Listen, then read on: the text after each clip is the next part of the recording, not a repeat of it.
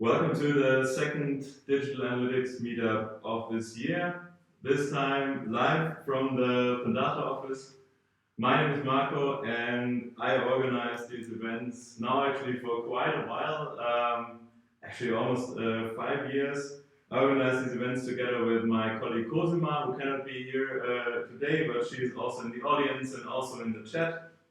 And I'm sitting here together with Micha from Scout24 at the most safety distance that our camera angle allows. And Micha will talk today about app tracking. And yeah, actually this is our first time on YouTube, so at least on YouTube Live. We uploaded the other video, so we kind of cheated last time. I think this time we do it for real. Please excuse in case of any technical difficulties. It's actually more difficult than I thought to set up a live stream on YouTube, so we hope that things work out. If not, please let us know in the chat. We will try to fix it in case something bad happens. Also, my colleague Federica, who's working here from the background, managing our super complicated setup here. And yeah, also please use the chat if you have any input, if you want to discuss. I see there are already a lot of messages. We can see the chat live, so that's really cool. We see a lot of people writing hello from Hamburg, hello from Warsaw, hello from Prasoon. That's amazing. Really cool. Keep the chat going, ask questions. We will attend live to those. All right, without further ado, I would say let's just jump into it. Michael, let us know, how do you do app tracking at Scout24? Yeah, so let's start with it. I guess tracking is the most favorite topic of everybody. So, but if you want to have clean and proper data for reporting and analysis, there's no way around like proper tracking as well. So, at best, let us start with what is tracking actually for. So, within an analytics context, it's very important that tracking is never without business relevance. So, in the analytics field, we primarily talk about like how many traffic do we have, so how many sessions and users. Especially important is also where does this traffic comes from? Is it from pushes or email campaigns, whatsoever? And last but not least, it matters what this traffic then is doing at your app or your homepage. And in this case, we talk about like funnels, conversions, but also bounces when the users are doing nothing.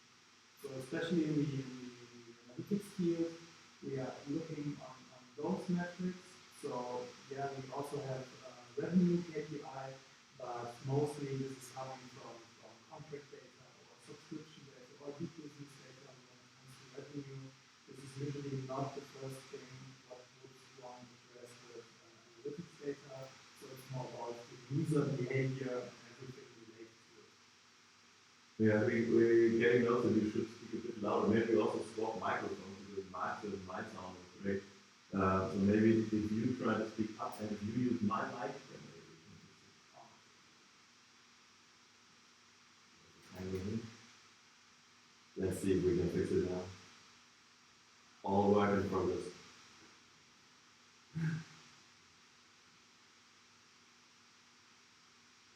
Yeah, so it was just the easy introduction. So if you didn't hear anything, we should follow on, and everybody will still be provided with some insights. So after we discussed what tracking is for, we will discuss how we would implement it. So to answer all the questions, tracking is really simple when it comes to the type of tracking cost. So we either do talk about view tracking, so when people see new screens, new pages, or at least a new visual impressions, for example in single page applications. But also event tracking is the other thing. So here we talk about user interactions on an actual page or screen. Like for example what you can see here, this is these are screens of one of our recent features. So at Immobilien Scout now it's available to do online viewings with the landlord, for example. And here we are definitely interested in how many users are going into this flow and how many users are canceling a call and when and how long the call has happened, for example. So it's very easy. So why is app tracking then such a pain? So let's take a look at how we have implemented tracking at ImmoScout. So when we talk about web, I guess we have similar setup to you out there. So we have a tag manager. So we are using Telium as a JavaScript tag manager, and by Telium we are controlling all analytics and marketing tags. So here it's very simple to run it in the client infrastructure. But when it comes to apps, this looks totally different. Here, apps are considered to be more closed systems, so it's not so easy to push data, for example, from A to B. Nevertheless, we have also a tag manager in place. We have also the Telium SDK, which is controlling, for example, our Google Analytics data, and we also send data to other endpoints that push data, for example, to Amazon S3 into cloud storage. Let's quickly do one try on fix with the mic. Maybe we can, because we get a lot of comments that the mics don't work.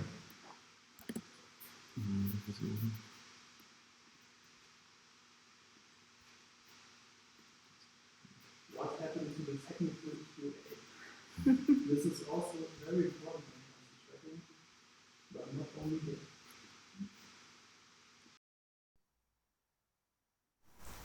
Sag mal was. Hello again. I think it could be better now. Let's see. Is it better now? Yeah. Better. Now we're using the camera light. Perfect. Yoo-hoo! Thank you very much for your patience. Sorry for that. Happens. I mean, as said, it's the first time. Next time we know what the problem was. Cool. I love how active the chat is. That is amazing. I wouldn't have thought it would be that interactive. This is so cool. Like getting all of this reception. Well, sorry that you have to start over again now, but at least people can hear you. Yeah, at least the shitty comments seem to be over from now on.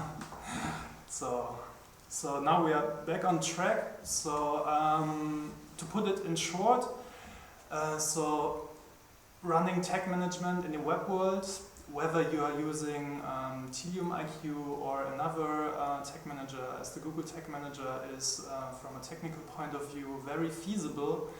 But when it comes to the app world, this is not the case. Here it's really hard to you don't have a common infrastructure like a client that is sharing cookies, or where you can apply JavaScript that is affecting and pushing data. So in the app context, one has to think differently. And so I will sum up some of our pain points regarding this setup. What I would even consider as good. At least we could control analytics data and send raw data to cloud storages. But nevertheless, we also want to have more, like even sharing data with our A/B testing tool, what we have with Optimizely in place, and this without even further mobile engineering efforts. So that's also the biggest pain point with that setup. So every time we want to have data in another SDK, we need to implement tracking separately. We need to debug it separately, and this is spending a lot of costs or implementation efforts, and even binding short and expensive mobile resources. On the other side, we are also facing dependencies, either from releases. So if we want to have tracking that was once available for Telium also in Adjust, then we need to implement it on top and wait for the next release, that it will go out to the users who will update the app. And yeah, other dependencies are, for example, if we have SDKs that only have a tracking purpose, then we also need to have these apps, and app size is also somehow critical. The users don't want to download such huge apps. And also there are approaches, even for example on Android side, where people are talking about instant app approaches. So those apps could at max be 4 megabytes, and there you have to think about ways how you could track data in environments like this. Also, if you have a lot of tracking functionality forth and back, this comes with complexity, and also the engineers need to look through it. And also when it comes to GDPR, data management, consent, opt-out, it's way better to have it at one dedicated spot that you can switch on and off. And also from a performance side, it's good to not use the internet connection that much on mobile clients. Sending data usually relies on it, but this has also impacts on the battery of phones. And if you maybe you have faced some apps that you used just for some minutes, but 10 or 20% of your battery went off. Sometimes maybe it could have something to do with wrongly implemented tracking in this regard. So what next? How to overcome such a solution? In the time when I was joining the app team at ImmoScout, I could also find an article written by Lukas Oldenburg about a very interesting server-side implementation of Adobe Analytics. And then I was thinking about if we couldn't apply this to our situation and go over the pain point list. And basically this is what we have implemented. There is a tool of Telium called Event Stream. One can consider it as a server-to-server data hub. And so the solution is finally to move from like client-side, what is really a problem to realize in the app world, and switch to the server side, where we could just send data to server-side endpoints, and most vendors like Google Analytics, Optimizely, Adjust, and so on, they all have, or they all offer these endpoints, and so it seemed to be a feasible way to run tech management here, since there's also the tool landscape is very scarce, so you don't find so many tools that offer tech management in the app world, and that's the reason, and that's why we opted for this approach. So some more words on that approach. So since we relied on the previous Telium stack, we already had a SDK in place, and we still have it. So how does it work? We are tracking either views or events into this SDK, and this SDK transports the data to the server into that Telium event stream tool, and from here on we can push the data anywhere we want to have it. Whether it's Google Analytics, or if you switch the analytics tool, you can just change then in the data hub the connections and the streams, and to move on. Basically, you could use it in combination with the Telium SDK, but you could also use it without it. So there's also a way, and we are also currently exploring how to do it. There's an HTTPA endpoint where we could just ingest the data, batched, and then work with that data further in event stream without even having an SDK in place. So this could be also a way to track data in an instant app environment where size is limited. Now to see it a bit more practically, I hope this is big enough on your screens. So I couldn't record anything since I couldn't gray out tokens and stuff like this in a video. But what you would see is that events are popping in, really live events, and you can open it, every single event. You can see what kind of attributes tracked, what is coming in, like for example device identifiers or event labels that you have predefined, or page titles, screen titles, something like this. And then, based on this, if you are familiar with Tilium or Google Tag Manager, then as an equivalent to like load rules or triggers, you can create event feeds in event stream. And for example, you only want to have lead events for example, we have mortgage, lead engine stuff, and we would only send this data further, then we would create an event feed on that. And then the next level would be to use these connectors. These are just like predefined entrances to the server-side endpoints of different vendors. And so the equivalent would be the tag or the JavaScript. And here one could do the mapping, so event label should be this and that in the target system. And after the configuration, you can just set it live, and the debugging that usually, if you're coming from web, works in the network console, or if you are running it in the app world, you are maybe familiar with Charles. Here you could use tracing, so it's called, and basically you are sending an event to an API endpoint and you are catching the response. And so if your call is going through, you get a 200 and everything is okay. If not, what is also the case here and there, since an API is really, really harsh when it comes to like undefined values or not properly defined stuff, then you get directly an error, but you can work on that. So the debugging, in contrast to like JavaScript environments in web, is a bit different, but it's also straightforward. So there are several predefined vendors in this environment that Tilium Event Stream offers. So Google Analytics is included, Adobe Analytics, and since our tech stack is a bit different, so we are relying on Adjust and also Branch, deep linking tools, and we also have data advertising tools as Crux. So these are all supported. This was good for us, but if not, you can also do webhooks there with authentication or not, depending on your use case. As you could see here, this was, for example, the endpoint for just event tracking.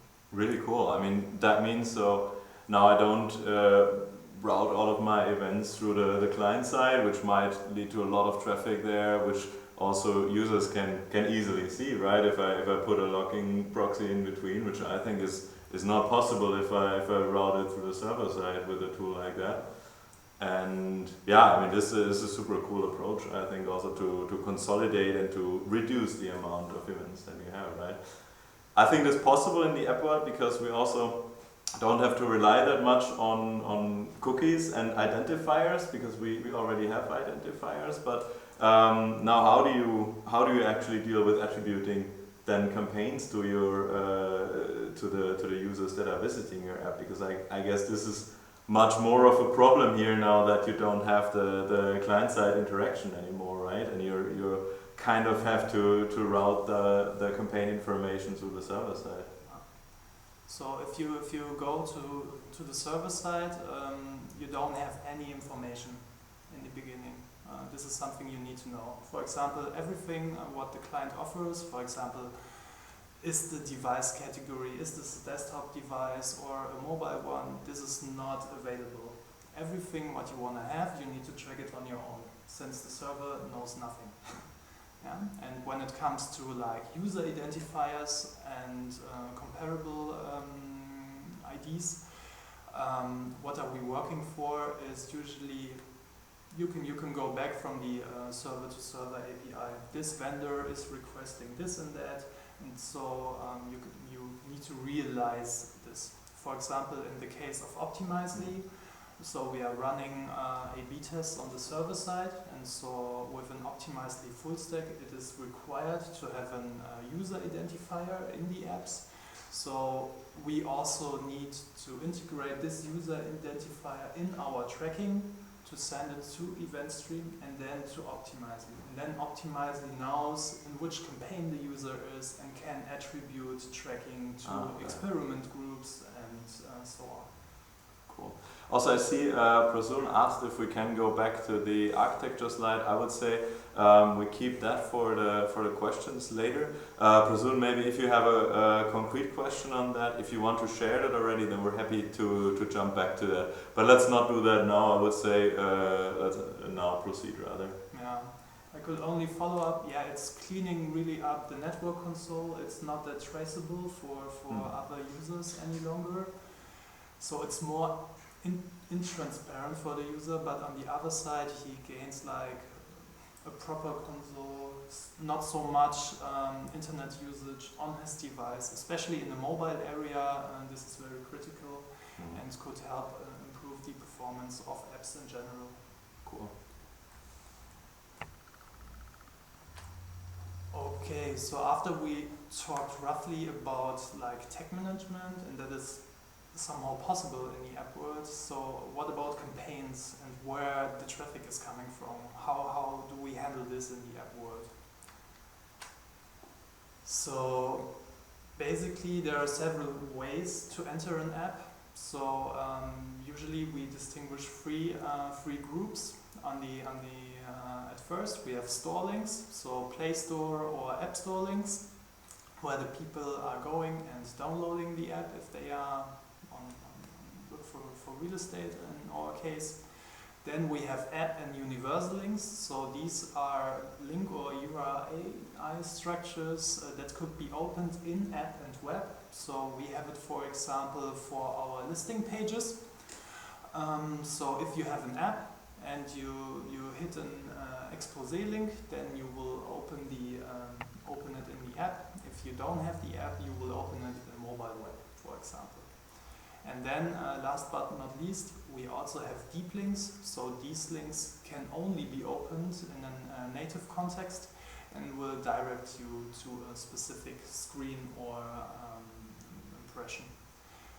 In the case of deferred deep links, one is talking about it when a user is directed to a specific screen when he or she didn't have the app in the beginning. So the forwarding works even post-installation.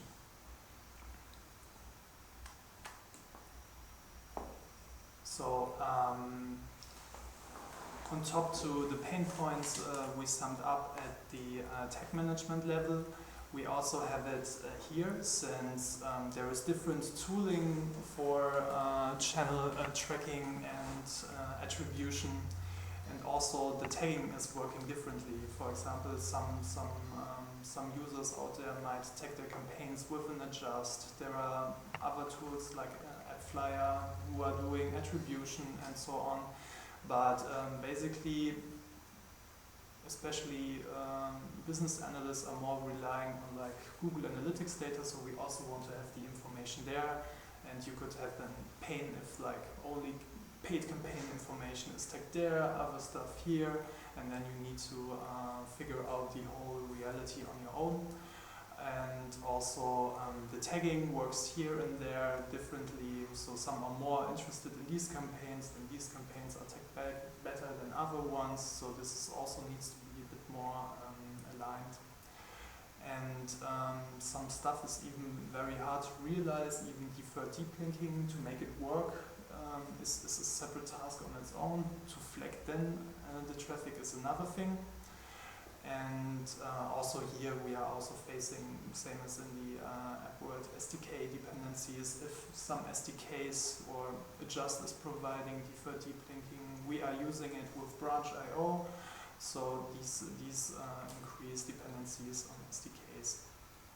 And it's also not so easy to define app channels. Most of the talks are straightly about web channels, and so there's no really like convention on what channels are here and there. And some stuff from the app stores is even hard to track. For example, the search terms. This seems to be impossible. We investigated a bit, but it seems not to be a thing we could realize on our own. But maybe someone out there knows better. So for example, when it comes to those channel setups, so what is the spotlight search? So you could have the app installed on your own phone and you are looking for it. So is this then direct traffic or is it search traffic, like brand search traffic? So this is also really different in contrast to web. You could compare things, but some stuff is on its own and need to be for example, we have also like tracking channels where we shift people from the native apps into our mobile web, since there are specific applications not realized natively, or we also do it the other way around, since this feature with the online viewing is an app first feature, so we are also pushing people from web to app. So we have dedicated channels for that, but there is a lot and it's not always crystal clear how to go on. Cool. Well, we also have one question. I think we might answer it on the go, or should we keep it for later? Which tools are you using for the deferred deep linking?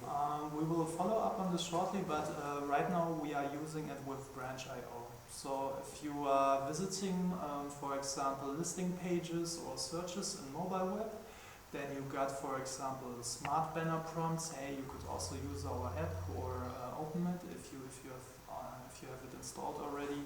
Then you can. This is, for example, controlled by not by by Branch.io. Oh, cool. And here you can adjust the interface and links. So, but also since I'm underlining the similarities in between web and app, so how is campaign flagging done in the web world? So it's mostly going back to use of query parameters, or in the Google Analytics world, the UTM parameters. And this logic is also applicable in the app world. So you can see here a kind of deep link that would open our draw search feature directly on iOS. So it's also possible to append those query parameters to other link structures. And therefore we realized it natively that our application could read out these query parameters if they are appended. And if so, we integrate it into tracking. So we can also put on any deep or app links, or since app links are opened in both systems in the same way, we also want to have the same campaign data for it. So it's very consistent in this regard. Perhaps to keep it that way. For other entries, it's a bit more tricky, especially the entrances from stores. So Google, as owner of Google Analytics, offers a Play Store complaint flagger, and here also one could retrieve those informations being appended via an API. What we are also pushing then into our tracking calls. This is not possible on iOS side, since iOS is not offering any kind of this tracking features. They have some parameters you can append, but you cannot read it out and run tracking with it. And in the deferred deep linking case, here what we are doing with Branch. Here we do have the possibility to append information as shown in the screenshot, and if a link is used, whether the user had the app or not, those parameters will go into an analytics module of that SDK, where we could also retrieve and push into the event tracking. So basically, with Branch.io, we found a way to even track information through the iOS App Store, what we couldn't do before. Yeah, but there are also circumstances we don't have tracking. Right. In some cases, one can also distinguish how the app was entered, for example, via Spotlight search or via Siri or comparable. But on Android and in some cases for different entrances, we also don't have the full picture. but at least the channels we are directly driving should be controlled and owned. And with this setup, it's somehow feasible. Cool. I mean, that's a very typical problem, that you wouldn't get granularity or even visibility on the channels of your app. I mean, if you have a proper solution for that in place, I think it's already half of mobile marketing done, so to say. So I think it's really cool. Good. I have the feeling that was already a lot of input, right? Should we stop on? No, we should not. We should obviously continue. Yeah, then let's wrap it up and present the takeaways. So, as presented, there are some things in common in between app and web tracking and even tag management. So I would prefer to underline it a bit, since when I'm reading a lot in blogs, it's always distinguishing both very hard, and some are in favor of more like only event approaches to track, but I do see a lot of similarities in between both systems. App is always harder, since the system is a bit or way more enclosed, and if you fuck up things, then the fix is not that easy, since you need to run a new update and people need to migrate into it. So therefore you always need to put a special attention on the app side of things. And tag management is possible for apps. This is a really was a really good news to us, and is even performing on server side. For example, we also compared data for Google Analytics in our previous setup to the new one via event stream, and here we could see increased data volumes by 3% on Android and 1% on iOS.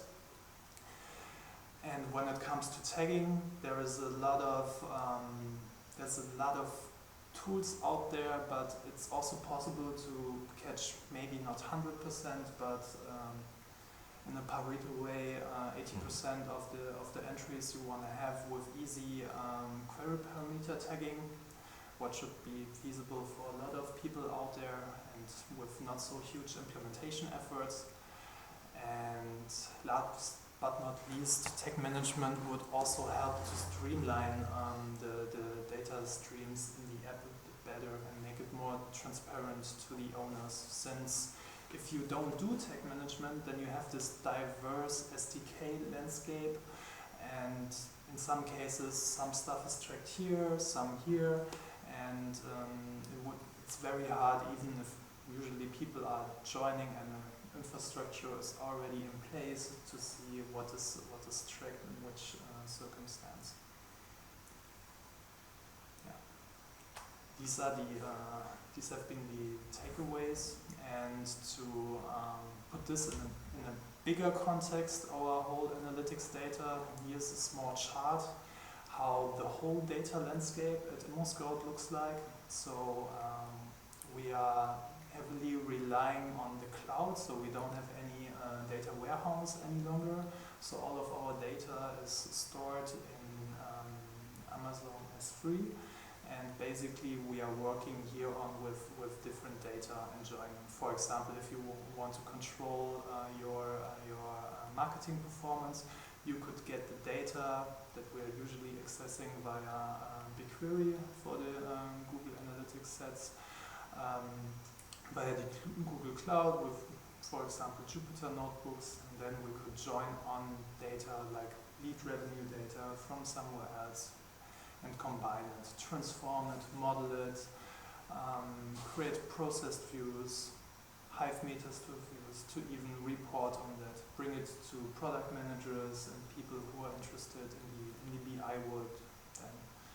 So this is basically where you could also find app-related data in our whole landscape. Cool. Wow, I feel like that was really a lot. I mean, especially the last one. I think there will be a few questions about that. Please, I think that's most of the official content part. Please ask your questions in the chat. Michael is happy to answer them. right away. So just type your questions if you want to hear more about any of the specific topics of the server-side tracking, for example, of how he attributes the campaigns, or maybe also on the last slide that looks at least a bit more complex to me. I think I would be super interested to go more into detail about that. So please just write in your question. Till now, I also have a few actually. Did you notice any downsides when switching to the server side for the app? Because I guess before you were on client side, right, and then you switched. Is there any downside when you did that? It's like making the data available. So you, as we said earlier, there is nothing available, and if you are really going, for example, in a direction where you don't want to track with an SDK in place that transports the data, you need to take care about batching the data properly. You need to take care about tracking all the user identifiers target systems do need.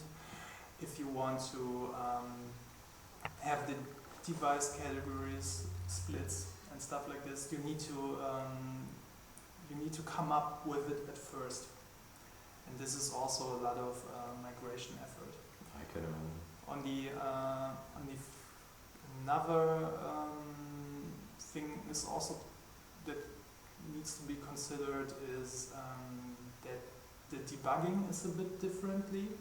So also in a mobile context, we could do it here, but API debugging, if an API is not that well documented somewhere, then you also need to check. For example, I had trouble sometimes when, in case I named these environment stage QA and the target system was expecting sandbox. If you don't match that word, no single event will be accepted. But in some cases, this is also exploration efforts to really know all the fields of a target API, what would also take time. But I guess if more and more people will use it, since sometimes it's always discussed this transition in between client side, server side, in testing and analytics environment. If more people would switch to server side, then I guess it will be more transparent and documentation will be better than those things. Maybe right now at this stage, I don't know how many corporations are running tech management on server side. So I can tell you not many from our experience. I guess it could be still an early adopter. No. Do you have any idea why there aren't, at least from my perspective, that many tools out on that? Because I mean, Google as the most prominent example, as far as I know, don't have a mobile server-side tool. I mean, there are mobile tech managers running entirely on the client side, and I mean, I'm not aware of that many other tools than Telium here. It's even also like the most prominent product is Google Tag Manager, but this is like a web-only product. They had an SDK, if I recall it correct, but they sunsetted it. And so there is Firebase, and Firebase offers also some possibilities to push data, but only into the analytics system and not as a tech management system, for example. And also, it's not offering. I wouldn't see it as client ready in its current status. So there are limitations to pass custom attributes and stuff. But there are also other vendors out there. I guess Segment offers also some kind of server-to-server API comparable, maybe most comparable to EventStream.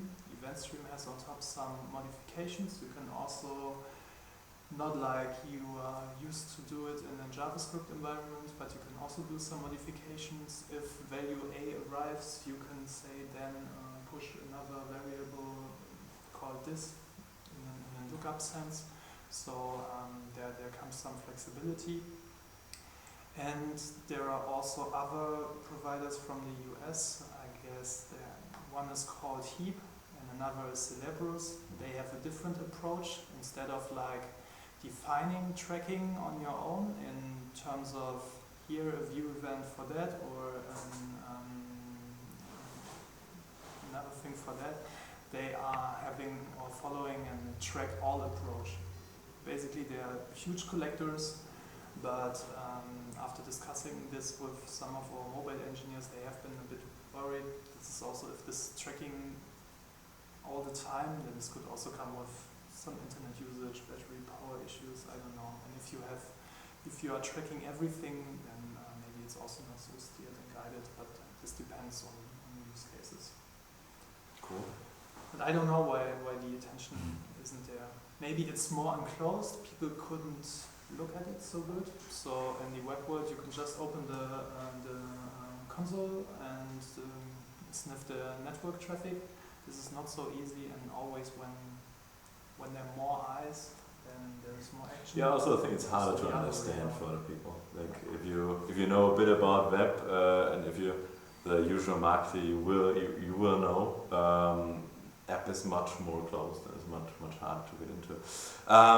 We have a question from the audience, or better from Cosima actually, which is, you have a lot of different tools. How do you actually join the data together? And I mean, I guess it's a lot about getting also IDs on which you can join the data in the end. Maybe you could shed a bit of light on that.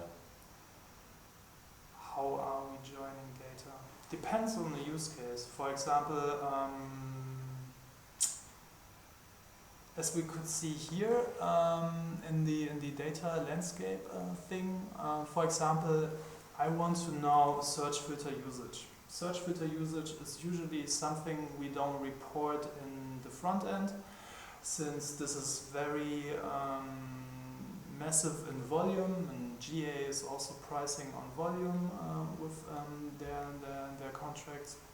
And so we have this data if someone was looking for 100 square meters or 90, we have this in the back end. But for example, if we would run an A/B test controlled via Optimizely, we have a search ID in the front end.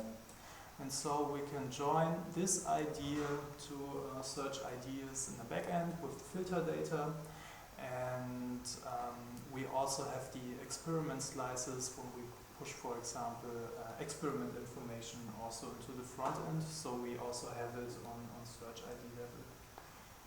But the use cases are manifold.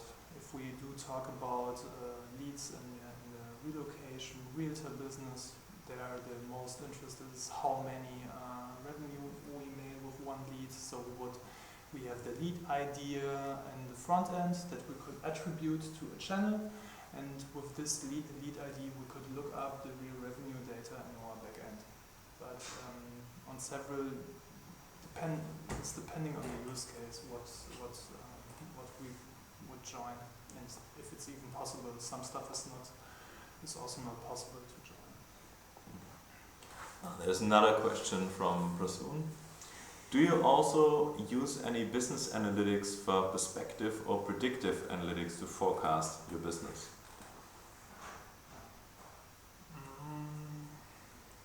Yeah, we have predictive analytics and forecast being applied in several departments, but I'm not so familiar with the logics behind. So we do, if this also yields at how much data science or machine learning is in place, we have a dedicated department doing and driving that. And for example, one famous example would be the recommendation engine. So depending on your actual search behavior, there is machine learning in place to recommend your objects that fit your search criteria. Cool. Then I'm already sorry for asking this question, but I have to. I know it's super annoying, but server side and GDPR, I guess that's kind of a different topic, because on the server side you can basically do whatever and nobody will really notice, right? Is that an incentive to switch to server side? I guess it shouldn't be. You are touching 2 points. On the one hand, the law applies for both situations, so there is no way around. On the other side, you are tackling that the average user is not that is not able to sniff that traffic and to see any kind of violation. So that's something what I guess also Lukas Oldenburg mentioned in one of his articles, that the bigger ones are switching into environments like this to be a bit more protected and safer against claims from external ones. But our interpretation at Scout is that this was not the reason to go into that before, since this was also 1 year ago since we made that decision, and right now we are also in changes to our whole tracking setup regarding consent management. There are no details to leak right now, but this will definitely change at our side for both endpoints, whether server or client side. Cool. Well, yeah, I think that's it so far. I don't see any more questions from the audience popping in. In case you want to ask a last question, be quick and shoot it through now. Aside from that, Micha, any last words that you would like to address to the audience? Yeah, thanks for inviting me, and thanks for joining. If you are interested in the landscape, the tooling, and you also want to work in environments like this, we are currently hiring in this regard. So we have a full-time position for a tracking engineer and also working student. So if you are interested, you can easily get in touch. And also, if you have different opinions on any of those topics we have touched, just let me know. I'm also happy to learn from others.